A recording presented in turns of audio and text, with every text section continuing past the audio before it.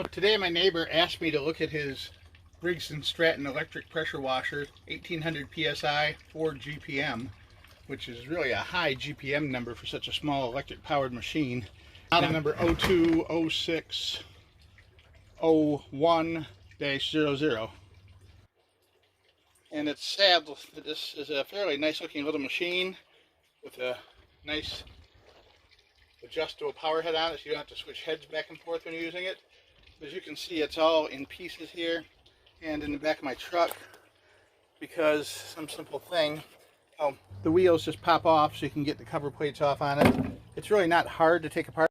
You need a deep set T15 Torx bit. You will also need a fairly long straight driving tool for the hex bit because the screws set down into the hole 6 inches. So the average, tool for taking these things out isn't going to work unless you have some setup like this. And even if you have one of these extensions like this, it's still not going to work because the bigger silver part of this is too big to fit down in the hole. So here is the pump assembly once it's been removed from the housing. This unit has a bypass hose between the intake side and the output side. You can see it over here on the right side of the screen, and it comes over here to this fitting where you see me trying to stick it in there. The plastic end of the hose has broken off and needs to be replaced. But the sad part is Briggs & Stratton or no one else makes this part anymore. This is a 10-year-old unit and the part is unavailable. So what we're going to do is we're going to tell the owner that he needs to purchase a new machine, which is a little sad because it's just like a $15 or $20 hose that needs to be replaced. But there's no way to get this proprietary part that I've been able to find.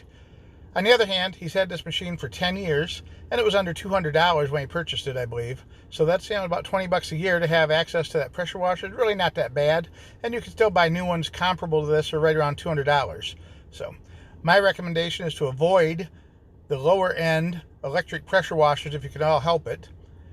And if you do, don't have too high expectations about how long it might last, because even, really 10 years isn't that bad.